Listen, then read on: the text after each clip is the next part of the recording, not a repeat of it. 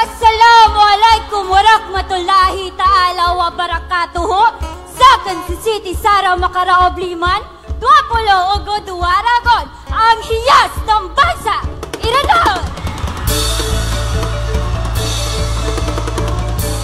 Hiyas sa Bangsa Iranon, City Sara M. Liman.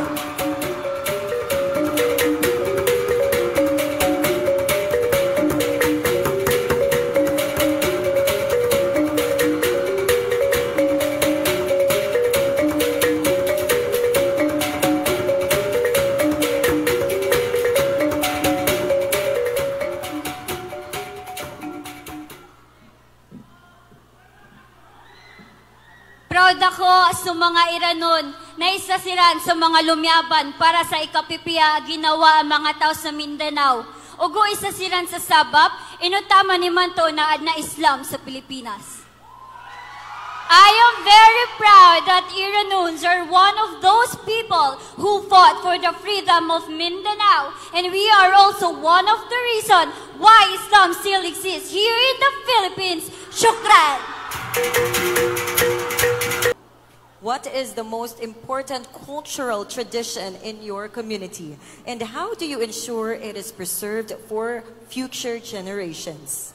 Ano ang pinakamahalagang tradisyon sa inyong komunidad at paano mo masisiguro na ito'y mapapangalagaan para sa mga susunod na henerasyon? Thank you so much for that question, ma'am.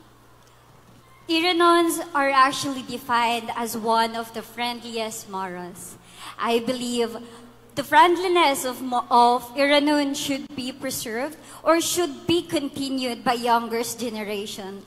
We, the youth of Iranons, not just the Iranons but the other 11 ethno-linguistic group, should ensure that their culture and tradition is living, breathing part of who they are, a beacon of light, a beacon of strength, resilience, and pride. That will be all. Thank you. Thank you so much. Sara M. Lima with Deputy Pamikirin Latif P. Arumpak Jr.